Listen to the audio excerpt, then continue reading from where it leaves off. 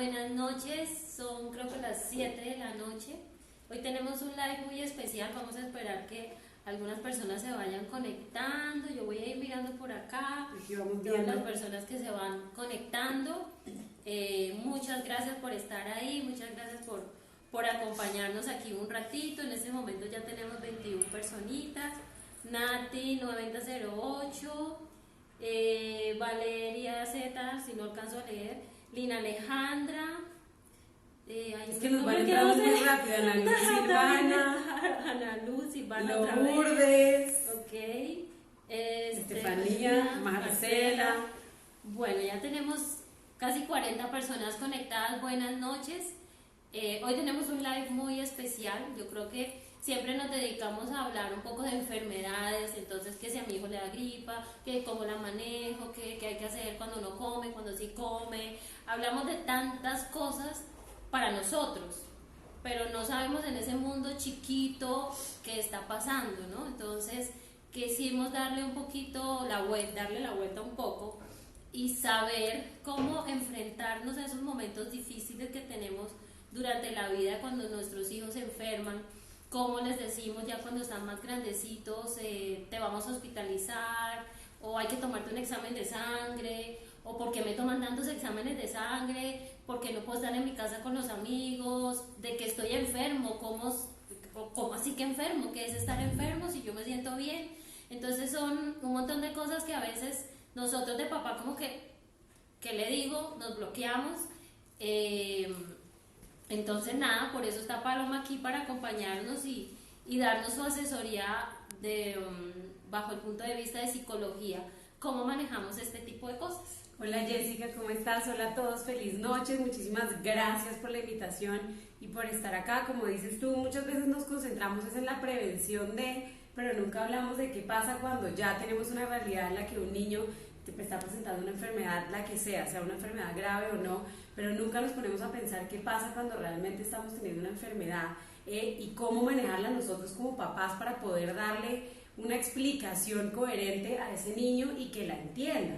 Entonces yo creo que hoy estamos en el otro lado del panorama y es tratando de ponernos como en los zapatos de ellos y entender cómo haríamos nosotros para poder interactuar con ellos. Exactamente, entonces digamos que tu hijo se enferma en casita, vamos a poner un ejemplo, le dio un dolor abdominal, tiene 6, 7 años y resulta que lo llevas y el médico te dice tiene una apendicitis, vamos a operarlo, y el niño, sí, mi amor, te van a operar, es el apendicitis, y él, o sea, exacto, él no te va a entender absolutamente nada qué fue lo que pasó, porque se va a dormir y no va a saber qué pasó en esas horas que se durmió, cómo así, que le va a doler, que no puede comer, que no puede ir al colegio.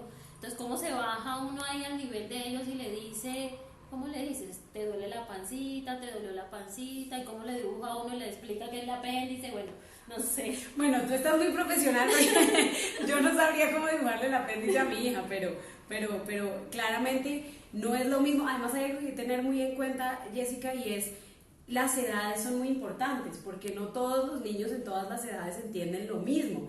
Entonces yo puedo entender, un niño de 2, 4 años no va a entender lo mismo que entiende un niño de 10 años o un adolescente acerca de su enfermedad. O sea, son épocas muy distintas de la vida que tengo que saber cómo manejar. Lo primero y lo más importante es no decir mentiras. Yo siempre le digo a las mamás, los niños entienden más de lo que ustedes pueden creer que entiendan. O sea, los niños realmente captan con mucha facilidad lo que está sucediendo, son muy sensitivos a los cambios, cualquiera que sea. Entonces muchas veces nosotros, por evitar obviamente y evitarles un mal rato, evitarles un sufrimiento, lo que hacemos es esconderles las cosas. Y resulta que hacemos más daño cuando no decimos lo que tenemos que decir y cómo tenemos que decirlo. Ok, y entonces yo ¿cómo le explico?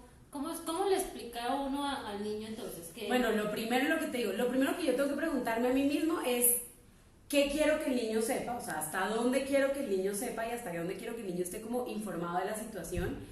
¿Cómo se lo voy a explicar? O sea, ¿de qué forma mi hijo puede entenderlo más fácil? Y realmente si yo estoy validando las emociones de él o no frente a esa situación. Porque muchas veces nosotros explicamos la situación, pero nunca le decimos, oye, cuéntame, ¿tienes alguna duda? ¿Tienes algún miedo? ¿Te preocupa algo? ¿Tienes alguna, de pronto, alguna como algún cuestionamiento acerca de lo que te estoy diciendo, me estás entendiendo lo que te estoy diciendo, como que nunca lo hacemos.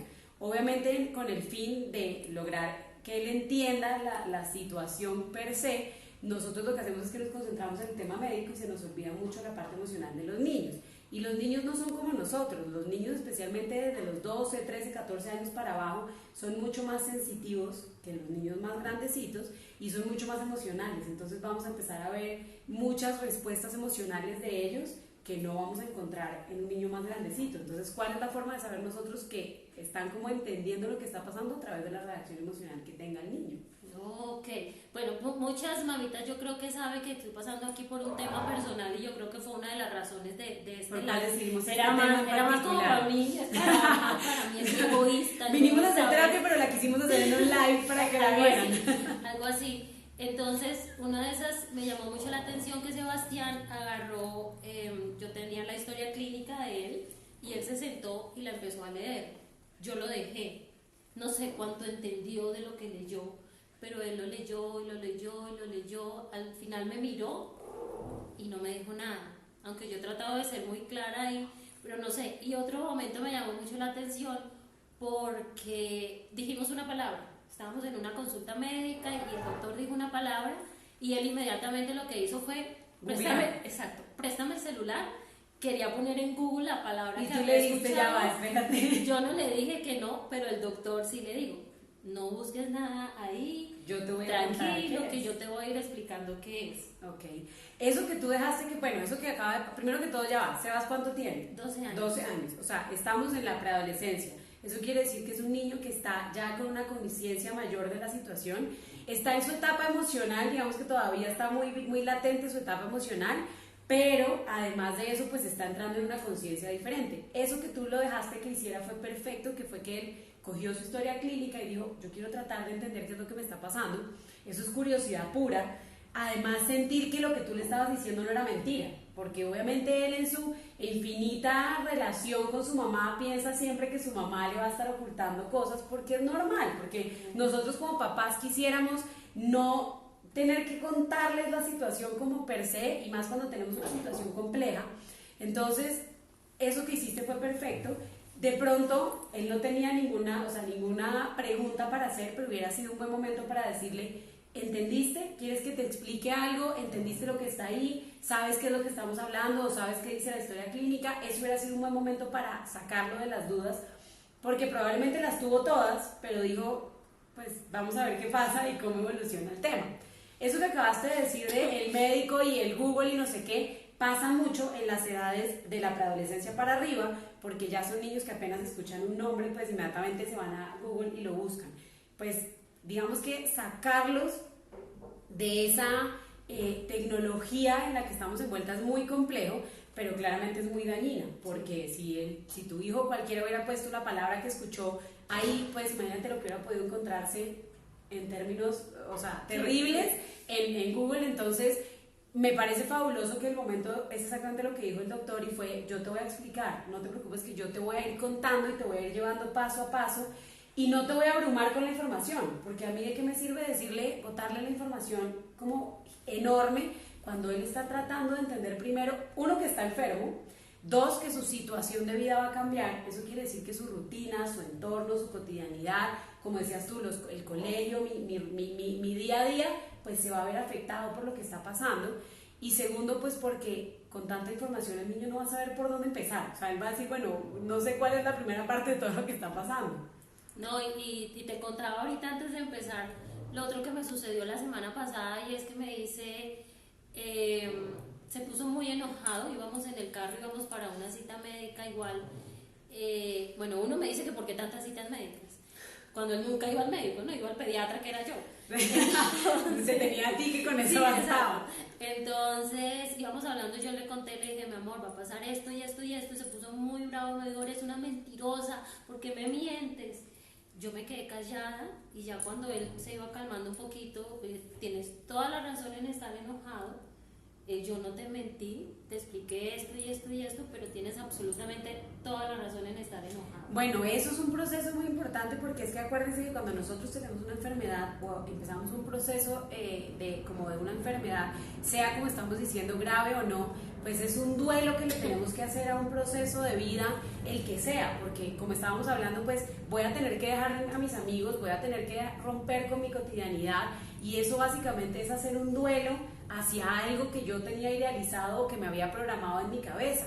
Entonces, cuando yo arranco este proceso, para él obviamente está en esa etapa de ira y digamos que no está en negación, pero empieza a oscilar entre tengo ira, estoy en la aceptación, pero me devuelvo. Entonces es normal los episodios de ira que él tenga, y es normal que además culpe a la persona que él sentía más segura. No hay, o sea, no hay otra posibilidad diferente a esta.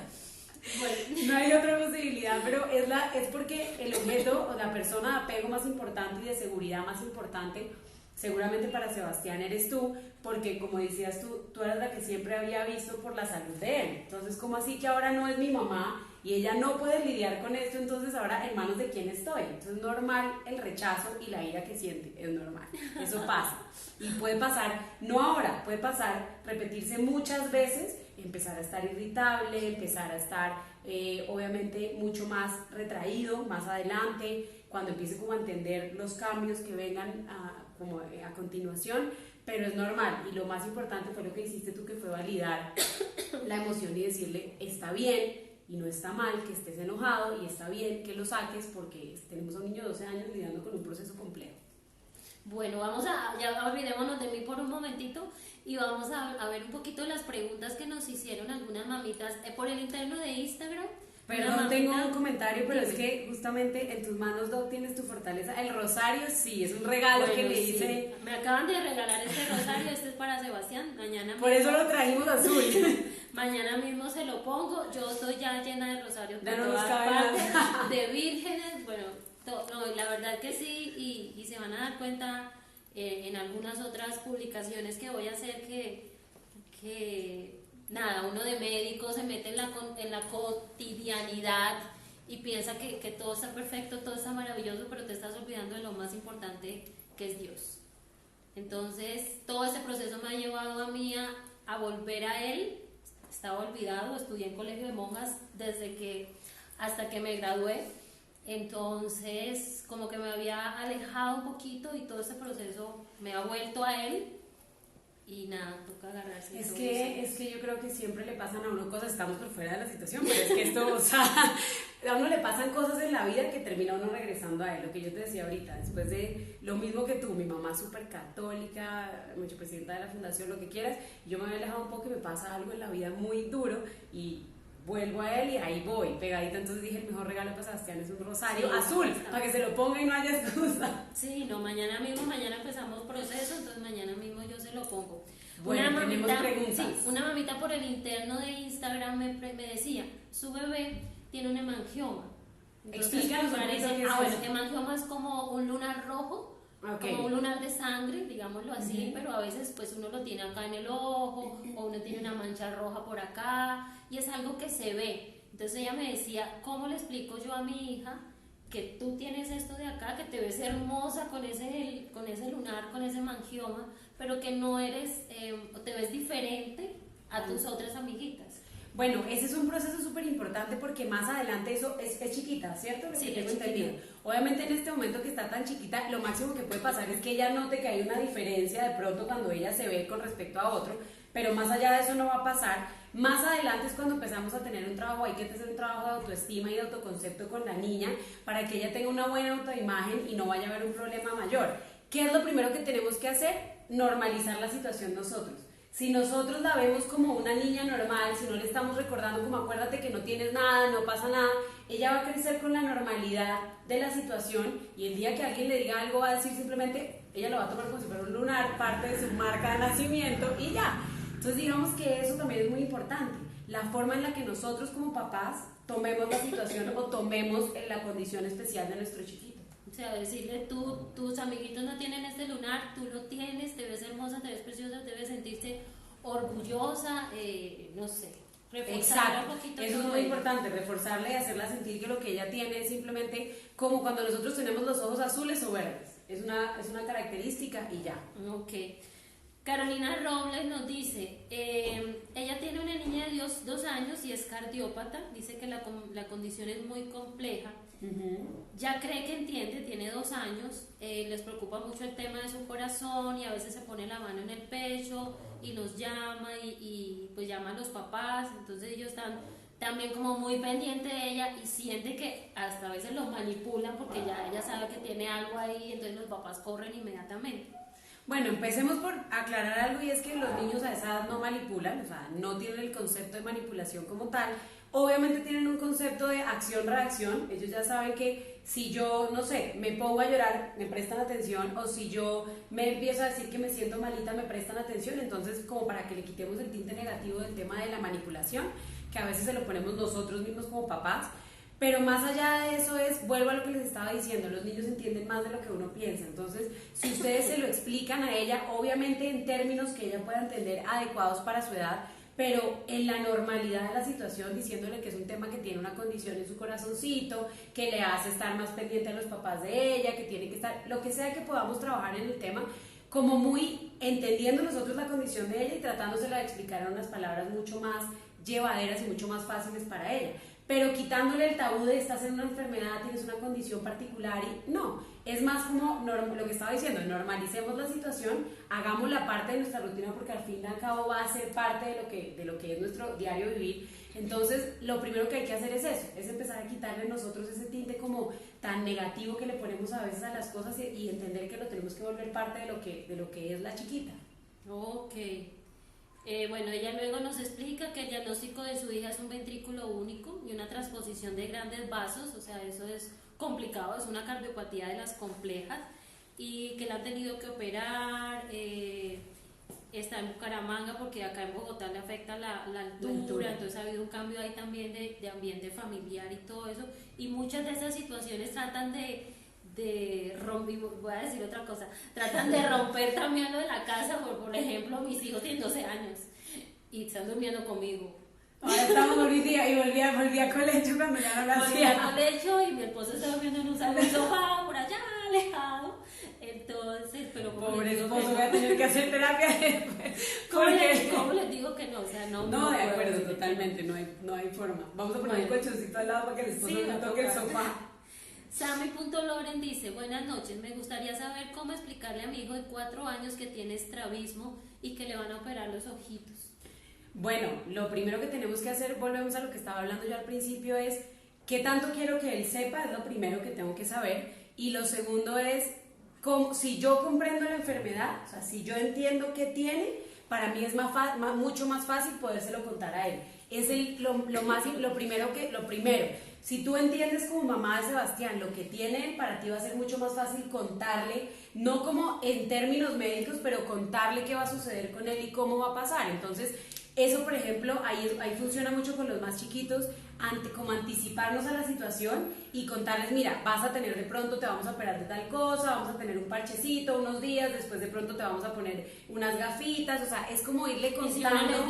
Y si uno les dice, por ejemplo, bueno, no sé, se me ocurre acá en el caso de Sammy, por ejemplo, que uno empieza a hacer como cosas que voltee los ojitos, diga, si ves, mira, más o menos así, tú puedes tener tu ojito, pero si te operan, tu ojito va a volver a estar perfecto, o de pronto lo del parche asociárselo con un pirata, te vas a parecer a un pirata durante algún tiempo, o sea, no sé, algo así. Eso que tú estás diciendo también es muy importante porque es a través del juego.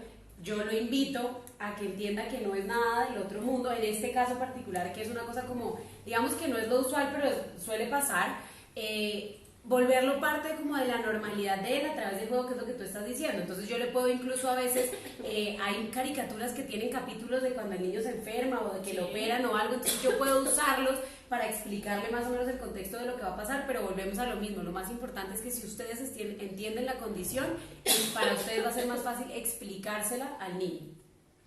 Bien, Loel Malle nos pregunta, ¿cómo tratar a un niño con una discapacidad para que él no se sienta mal? Tendríamos que saber qué tipo de discapacidad tiene, pero obviamente el sentirnos mal y sentirnos extraños es parte del proceso normal que vamos a tener que sentir. Volvemos a la base, si ustedes se dan cuenta, es exactamente lo mismo y es normalizar la situación para nosotros yo no estoy hablando de normalizarla para el resto del mundo porque todo lo extraño a nosotros nos llama la atención afuera, todo. Entonces no es tanto normalizarlo afuera, sino que para él se vuelva parte normal de su, como de lo que él es, de su autoconcepto y de su autoimagen, y con eso para él va a ser más fácil enfrentarse porque lo va a entender y no lo va a empezar a ver como algo, miércoles sí, tengo algo raro, no soy igual, eso es como lo más importante. Pero obviamente tendríamos que saber qué discapacidad, de qué discapacidad estaríamos hablando. Dice Wayne Hill, con mi hija estoy afrontando una situación del cual ella no opina, no me cuenta. Ella vive acomplejada por la situación, ha sido difícil ya que en cada consulta la incomodidad que ella presenta es notable, pero como mencioné anteriormente, ella no opina nada. Ella es consciente que no es igual a los niños de su edad y pues para mí también ha sido difícil, no sé qué manejo darle o qué consejo. Bueno, lo que pasa es que aquí creo que no soy la única que está muy confusa el comentario. Pues siento que puede haber una condición que avergüenza a la niña, es lo que siento, pues me tiene da la alguna impresión. condición, pero que la niña la mamá no sabe qué piensa, qué opina, qué siente. Ok, lo que estamos hablando es que de pronto no hay una expresividad de parte de la niña con respecto a la situación. Ahí lo que tenemos que hacer es no forzarla, o sea, no debemos forzarlos a que ellos saquen, a ver, los procesos de ellos, los procesos nuestros, los procesos de cada persona son un mundo completamente diferente y no considero necesario, no considero adecuado forzar a los niños a ir a ese proceso. Yo les hago un ejemplo, cuando ustedes a veces están viviendo un duelo o un proceso particular o una condición específica y alguien los quiere llevar a hablar del tema, es muy harto y es más, termino encerrándome más. Entonces, si yo lo que hago es que como paulatinamente le voy preguntando, cuéntame, mira, no tienes que sentir vergüenza, yo estoy acá para apoyarte, no un cuestionamiento, sino más, estoy acá para apoyarte, cuando estés lista, estoy acá para hablar, para que hables, yo no te voy a juzgar, yo no voy a opinar acerca al respecto, quiero que me cuentes cómo te sientes, quiero que hablemos las dos para que si necesitas ayuda te la pueda brindar. Eso es muy importante, tener acompañamiento. Nosotros no sabemos qué procesos vayan a pasar y todos los cambios son muy difíciles. Cualquier cambio amerita un proceso de adaptación y amerita un proceso de ajuste, y en niños, aunque es mucho más fácil, o sea, es más rápido, pues el proceso de acompañamiento a nivel terapéutico es súper importante, y más con estos niños que no quieren hablar con nosotros. Ok. Bueno, y saber que si tú le dijiste yo no te voy a juzgar, yo no te voy a... Ser consecuentes, y ser consecuentes, ¿sí? Exactamente, tenemos que ser consecuentes. No es que de pronto te dijeron algo que no te gustara y enseguida... Por ejemplo, tenemos a veces muchas niñas, 15, 16, 17 años, 22 años con el virus del papiloma humano, y pues las mamás de una vez es como, eso es terrible, y muchas veces no es por la razón que la mamá cree que es. Entonces de una vez arrancamos con un juicio y ahí ya estamos dejando de ser coherentes, entonces la niña inmediatamente se nos cierra, exactamente. Marta Arroya nos dice, mi caso, el chiquito tiene una hipopigmentación en la retina y aunque está muy bebé, sí me gustaría saber cómo explicarle cuando esté más grande sobre la condición que tiene en sus ojitos. Yo creo que ahí volvemos a lo que estábamos hablando antes, y es pensar mucho en que pues lo va a normalizar la hipopigmentación, digamos que no podemos cambiarla, es lo que es y va a estar con él durante toda su vida casi. Entonces, digamos que volvemos a lo mismo, ¿no? Explicarle qué es, contarle cómo se puede llegar a ver, mostrarle si ella le quiere mostrar más adelante, pero normalizarlo. Volvemos a lo que estábamos hablando, es como si yo tuviera ojos azules o ojos verdes.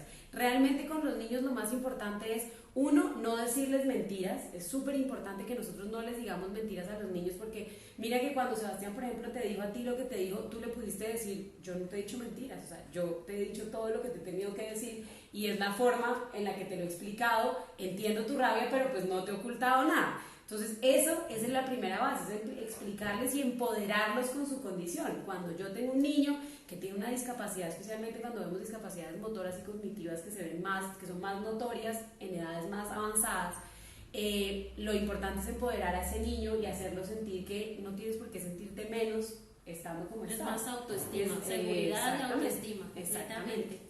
Ahora me fui a tu Instagram. Ahora somos al mío. Yoli Pareja nos dice, tiene una microtia. Microtia es que como que la orejita no se les forma bien, entonces una orejita está así muy chiquitita y la doblada, para que lo entiendan un poquito. Poquito, pero la verdad es que no se forma bien el pabellón y la otra orejita está perfecta.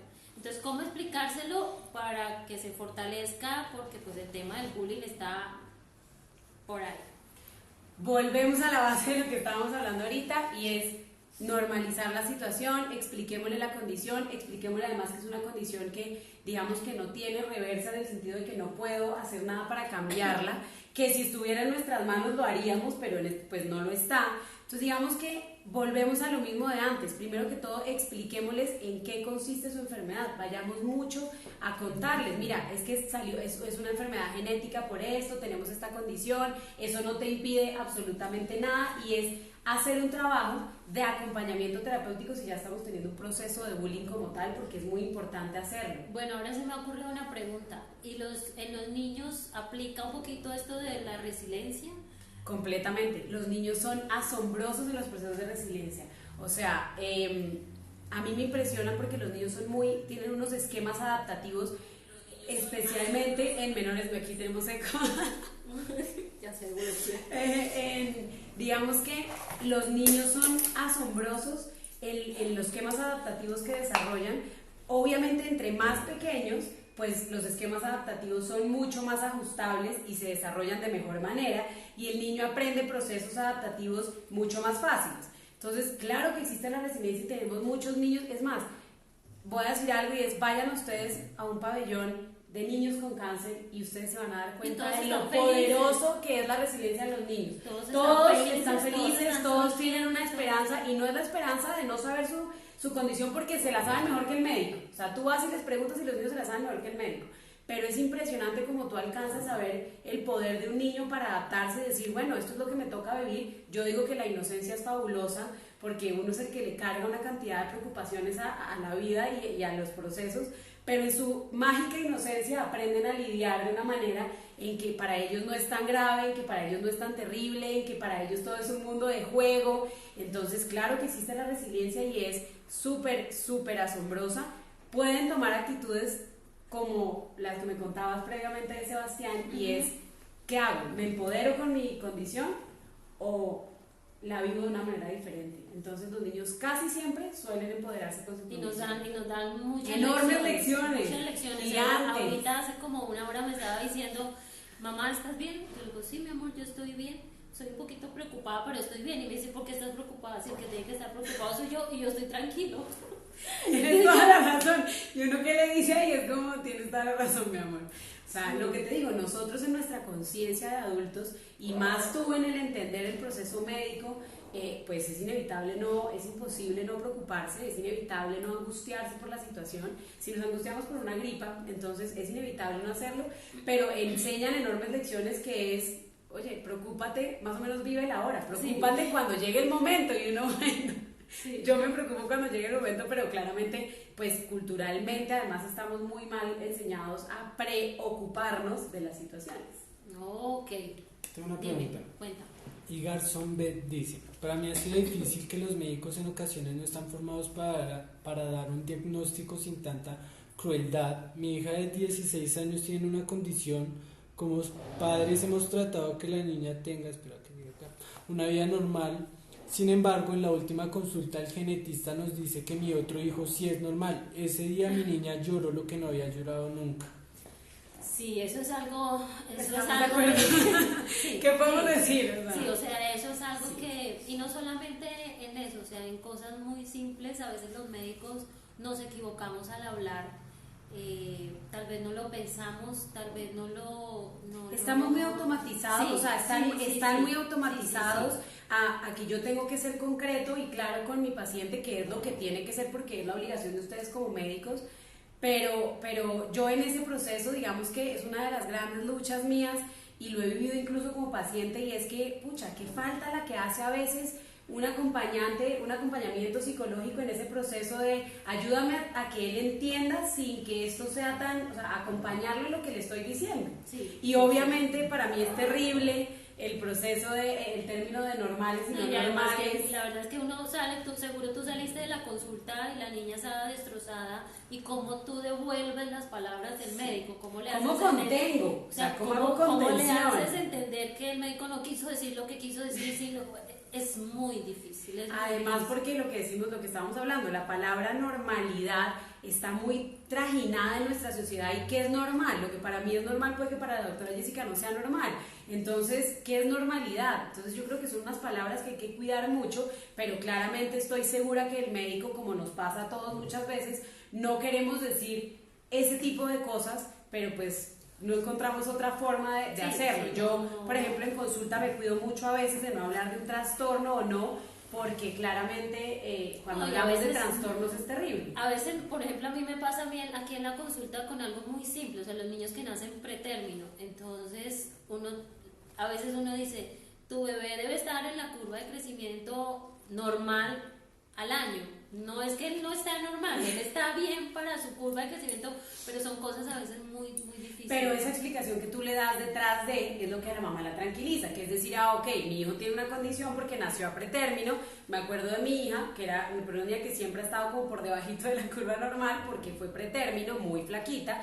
Pero cuando a ti te explican y te dicen, no pasa nada, es parte de, para eso tenemos esto, uno dice, ok, no está mal que no sea normal o no esté dentro del cuadro normal. Entonces digamos que esos procesos con los niños, por ejemplo, es muy importante. Yo a veces incluso le digo a los papás, si ustedes quieren preguntar algo más de fondo, pidan una consulta aparte con su médico, solo ustedes como papás, y pregunten todo lo que quieran preguntar de la enfermedad de su hijo, pero que él no esté, porque para el médico va a ser muy difícil tratar de ponerlos en contexto cuando el chiquito está. No, y es bien difícil. Yo, por ejemplo, que he tenido tantas citas en este mes y medio, en alguna de esas citas, el doctor sentí que él no sabía cómo explicarle a mi hijo lo que estaba pasando. Que quería decírtelo a ti, pero no sabía cómo hablarlo con él. Inclusive él lo sacó, le dijo, vete allá, que nosotros vamos a hablar. Entonces obviamente él se quedó así, pues ellos ya sienten que es algo malo, claro, digamos lo que claro. tienen que decir. Entonces él entraba y salía, entonces se veía el doctor incómodo, muy seguramente, digamos, ese no fue la manera, de pronto pudo haberle dejado ahí, claro, y contarlo de una manera diferente, pero sí a veces de los médicos no se equivocan. Eso es cierto, pero además nos pasa a todos porque no sabemos cómo. Además hay algo que es muy importante entender, y es que, pues, no, acuérdense que nosotros somos tan humanos como ustedes, y nosotros a veces podemos tener no solo buenos días ni malos días, sino que podemos estar a veces en un día en que el pensamiento está súper concreto y queremos ser muy directos, y eso pasa a veces y se nos descachamos un tris de vez en cuando. Pero lo más importante es que si ustedes como papás tienen dudas para poder explicarle a sus hijos, hagan lo que les estoy diciendo, pidan una cita aparte con su médico cuando el niño no esté y pregunten todo lo que quieran preguntar, porque la clave está ahí, Jessica, la clave está en que yo como papá pueda entender la enfermedad de mi hijo para que el día de mañana yo le pueda explicar completamente qué es lo que está sucediendo. Eso por un lado. Lo otro es, si yo considero que mi hijo necesita, yo personalmente soy de las que cree que en cualquier proceso, especialmente de enfermedades o de cambios, que son ajustes y son rupturas con la cotidianidad, se debe tener un acompañamiento terapéutico, porque hay muchas cosas que el niño, por no preocupar a la mamá, no lo va a contar, hay muchas cosas que el niño, por no angustiar a su papá, no lo va a contar, entonces se lo va a ir guardando y pues no están con las herramientas en ese momento para decir, oye, necesito un psicólogo, mamá, ¿me ayudas? O necesito un terapeuta, ¿me ayudas? No saben todavía exactamente qué es lo que les pasa. Entonces, ese proceso de entender y decir, estoy en esta situación, de pronto, así como yo lo puedo necesitar, él lo puede necesitar, y ponérselo como al alcance de su mano. Y obviamente volvemos a lo que les estaba diciendo al principio, no decir mentiras, explicárselo, los niños entienden más de lo que uno piensa. Entonces ahí yo sacaría con lo que estás diciendo en conclusión, uno, siempre cuando tengan algún tipo de enfermedad, en las agudas no es digamos, tan básico, digamos, pero cuando ya es una enfermedad crónica que te va a quitar lo que dices tú, tu rutina y todo, pide una cita solo con tu médico, exacto, que te explique todo. Y dos, aprende, bueno, ten tú también tu cita con un psicólogo, sí, o un muy apoyo, importante, para que sepas también cómo manejar este tema con tu hijo. De acuerdo. Y en el momento que, bueno, yo estoy empezando, pero así como uno se tiene que sanar, entender y saber para poder ir a mostrar.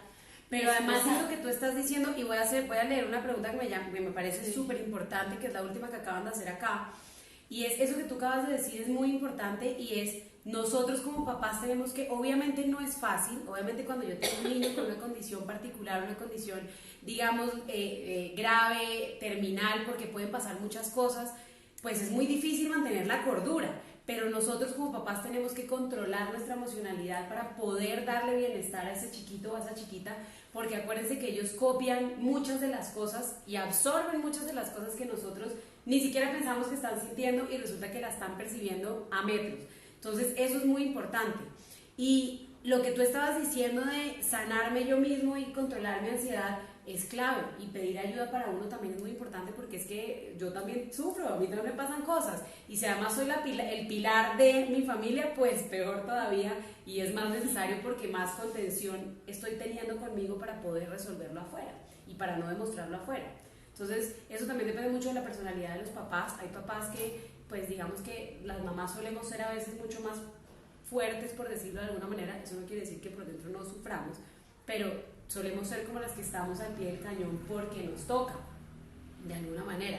Pero eso no quiere decir que no tengamos derecho ni a sufrir, ni a llorar, ni a que nos duele. Entonces, leo lo que estaban diciendo acá, y es cómo actuar como familiar cuando los padres no aceptan la condición de su hijo y por lo tanto no han recurrido a asesoría, ayuda, orientación y otros. Ese es un tema complejo, ese es un tema bien difícil, porque me le estoy metiendo al rancho, como vulgarmente diríamos. Yo la invitación que hago es, mira, yo estoy en un término muy de no estoy acusando, no estoy dando un dictamen, no estoy dando un diagnóstico, pero yo lo que diría es, oye, mira que de pronto he notado que pasan este tipo de situaciones con tu chiquita, tú las has visto, le has prestado atención, sí, no, bueno, es que pensé que era un tema, yo le he notado tal cosa. Solo con eso estamos dejando una duda sembrada en la persona de decir, de pronto puede ser y no me he dado cuenta. No sé tú qué piensas de eso. Sí, a veces por ejemplo en la consulta llegan tíos, tías, madrinos que se traen a los niños porque sienten que los papás no le están prestando la suficiente atención y me los traen a la consulta. En algunos casos todo está perfecto, en otros casos no, pero pues igual son los hijos de ellos. Exacto. Si no estamos entrando en un tema, digamos, legal, de maltrato, de algunas cosas, sí, pues, que requiera una intervención, ya de algo diferente. Tratar de hablar con ellos, apoyarse en las abuelas, que son como las más cercanas, la mamá de cada uno, y apoyarse en ellas y mirar a ver que pues, las mamás a uno le hacen caer en cuenta de muchas cosas. Además, uno como mamá, obviamente aceptar una condición, por ejemplo, cuando tenemos niños con retrasos, con ciertos trastornos de aprendizaje, con temas como que, haz de cuenta, como que se diluyen, pero no, es más difícil porque yo como mamá como que lo veo, pero me cuesta más aceptarlo, me cuesta mucho más aceptarlo. Entonces, si por alguna razón tenemos la duda, buscar ayuda es lo más normal del mundo y lo que deberíamos hacer y nuestra responsabilidad como papás. Y si de pronto se me ocurre, si es un niño que está en el colegio, pues buscar también apoyo en los profesores, que ellos también de manera neutra puedan intervenir un poquito. Eso que estás diciendo es súper importante, la red de apoyo de la que hablaban acá, que es lo que tú estás tocando ahorita, lo último, la red de apoyo en el sistema de familiar o en el sistema de ese niño o de esa niña es súper importante. No lo hagamos sentir como un extraño, no lo hagamos sentir como que él siga, yo no le reafirmemos esa condición que tiene, y la red de apoyo que tiene que tener el niño es clave. O sea, si a un niño está con una condición y además, como estábamos viendo ahorita, está en un proceso de adaptación porque tocó cambiarla de sitio, la red de apoyo es súper importante. Y cuando hablo de la red de apoyo estoy hablando mamás, cuidadoras, papás, porque podemos ser una red de apoyo muy chiquita como puede ser una red de apoyo muy amplia, y eso es lo que nos va a ayudar a que el niño evolucione de manera satisfactoria. Una pregunta, Maya 33. La hija de una amiga se enfermó y luego de la cirugía que le hicieron, la niña quedó medio hipocondríaca, ahora piensa que todo el tiempo está enferma. ¿Cómo manejarla? Psicoterapia, súper importante psicoterapia. Es muy importante. Y aparte de eso, que a veces uno de papá también queda un poco hipocondríaco. Exactamente, entonces pasa mucho en los bebés pequeñitos que se han enfermado, les ha dado bronquiolitis y se han terminado en cuidados intensivos. La mamá, cada vez que al niño le da un moco, inmediatamente se devuelve a la bronquiolitis de cuidados intensivos. Y de una vez es, doctora, ¿qué hago? ¿Cómo lo retengo ya? Sí, eso es muy importante. Siempre hay que consultar, de todos modos, pero de todos modos no siempre va a llegar a eso. Y a veces uno también les transmite a ellos ese susto, esa sobreprotección también hace eso, pero eso que estábamos hablando eso es un trauma, por decirlo de alguna forma, es una especie de trauma, y lo que ella puede estar viviendo es lo que nosotros llamamos trastorno de estrés postraumático, que es, pues ella quedó muy asustada de la cirugía, entonces eso genera un estrés emocional muy fuerte, que probablemente no se manejó de la mejor manera, y obviamente ella queda con una digamos que con una memoria negativa acerca de las enfermedades en general, que es lo que logro entender. Entonces, la forma de manejarlo es terapia. Psicoterapia la va a ayudar a que a sensibilizarse acerca de lo que le sucedió y acerca de cómo lo debe manejar. No, y al principio, bueno, al principio de mi proceso, también a mí me pasó, nosotros nos fuimos de paseo de Semana Santa, ya sabíamos lo que pasaba, pero nos fuimos, el doctor nos dijo, si pasa esto y pasa esto, se devuelve. Y yo toda la Semana Santa, claro, yo toda la semana, ¿te duele? No te duele. Y él hacía así, yo, ¿te dolió?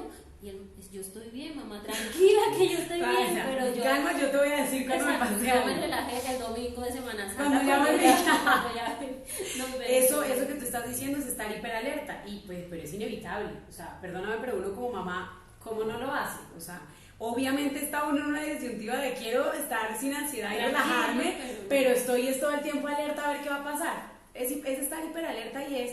Yo siempre lo he dicho, o sea, si nosotros estamos en este proceso y necesitamos acompañamiento psicoterapéutico, hagámoslo, y si aparte de eso necesitamos una ayuda, haz de cuenta ya no es psicología en psicoterapia, sino además es un tema de psiquiatría porque necesitamos manejar la ansiedad, hagámoslo. O sea, hay momentos en la vida en que necesitamos un poquito más de ayuda. No, ok, bueno, acá nos están preguntando un poquito cosas diferentes, un poquito acá. Adriana Ruiz nos dice, mi testimonio es que solo Dios pudo sanarme, a mí primero para poder que mi hijo sanara, Cristo nos fortalece y la Virgen María nos cobija a diario, el Santo Rosario y la visita al Santísimo. Así es, amén. Amén, así es. Bueno, no sé, yo creo que muchas gracias, me ayudaste mucho. No, con el mayor amor del mundo. Muchas gracias, y sé que a muchas mamitas también nos ayudó mucho a escucharte, mirar, saber lo que podemos hacer, lo que de pronto estamos haciendo mal, lo que no debemos hacer. Y además siempre pedir ayuda, Jessica, es válido siempre no pedir ayuda.